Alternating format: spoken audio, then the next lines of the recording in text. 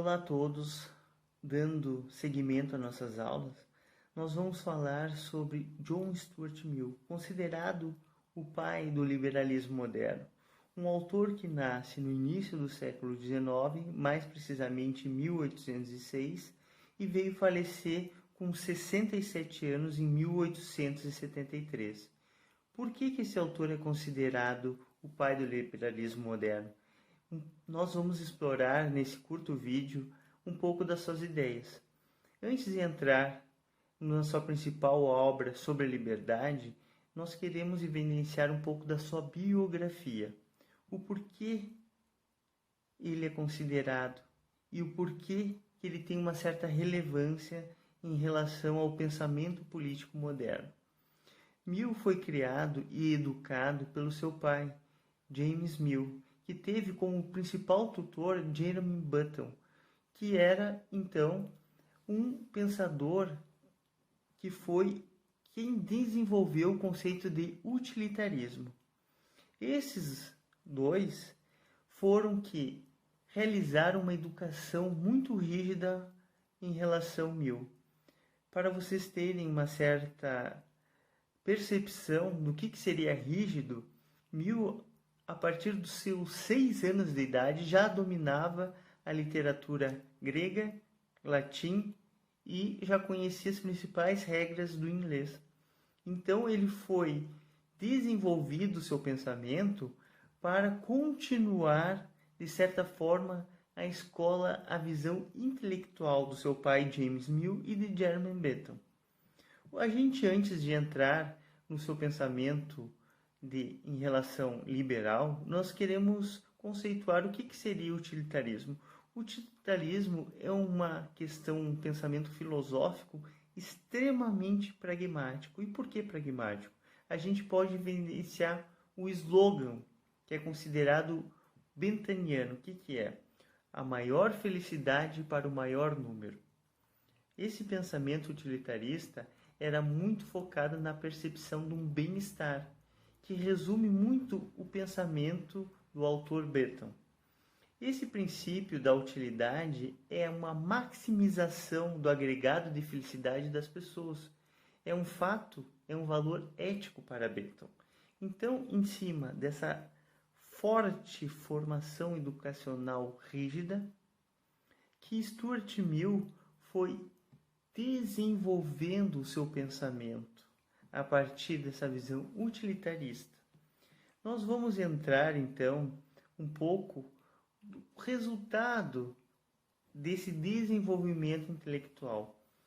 Mill, em 1859, publica então uma das obras que é referência ao pensamento liberal clássico, que é On Liberty, ou Sobre a Liberdade. Esse autor possui outras obras de grande relevância, mas nós vamos focar um pouco o que seria essa obra específica.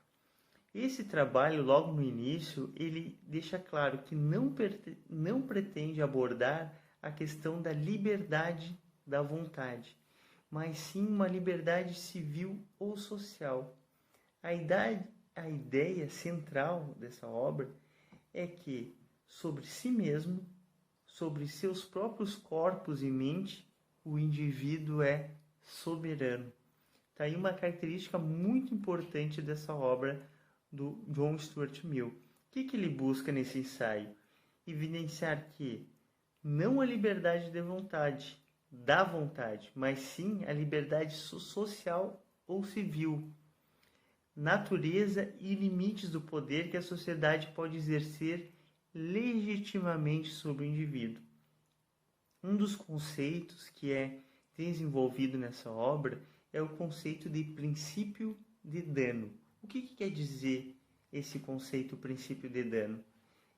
O indivíduo tem total liberdade de ação desde que as consequências da mesma não levem a interferência na área de ação igualmente livre dos demais indivíduos.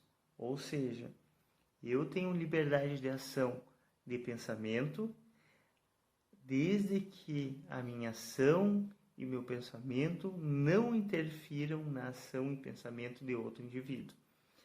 Essa é uma característica muito forte no decorrer da obra do Mill, onde ele coloca: ninguém, seja um indivíduo ou um governo, tem o direito de restringir a palavra, a publicação de ideias ou a conduta de alguém, a não ser para evitar que esse alguém cause dano a outra pessoa.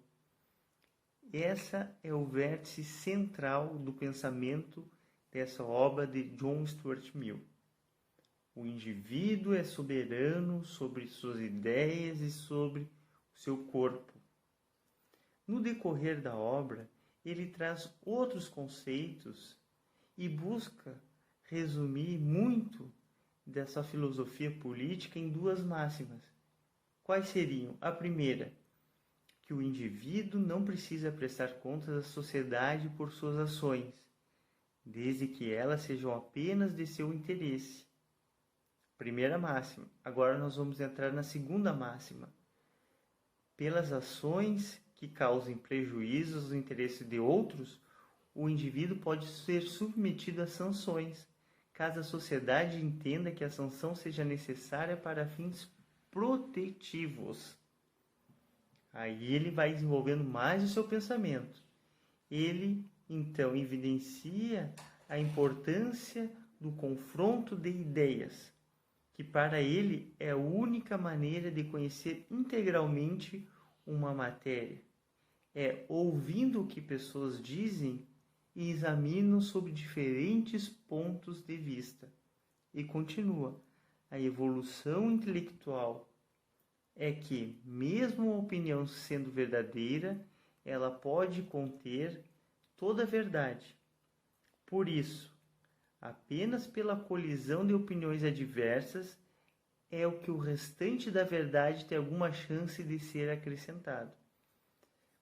Esse trecho, ele evidencia que, mesmo que a minha ideia ou o confronto com uma outra pessoa sejam ideias complementares, sempre nós temos como avançar com o debate para assim evoluir o pensamento e a questão da liberdade de ideias numa sociedade.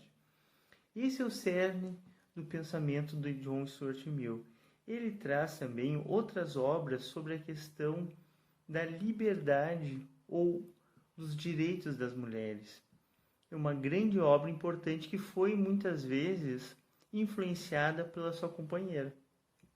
Então, para vocês verem, no século XIX, em 1809, logo no início, quando ele veio a nascer até a sua morte com 67 anos, é um pensamento de vanguarda, é um pensamento que busca, através da sua filosofia, mostrar que o indivíduo é o dono das suas ações e do seu pensamento e que isso deve ser respeitado até o momento que influencia ou prejudica uma outra pessoa.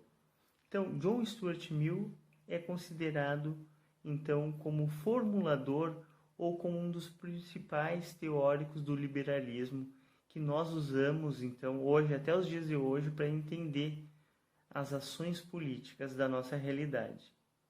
Então, se vocês tiverem a oportunidade de acompanhar e lerem a obra, nós temos grandes comentadores ou até a própria obra no original que tem tradução para o português. Tá? Agradeço mais uma vez e deixo então um grande abraço a todos.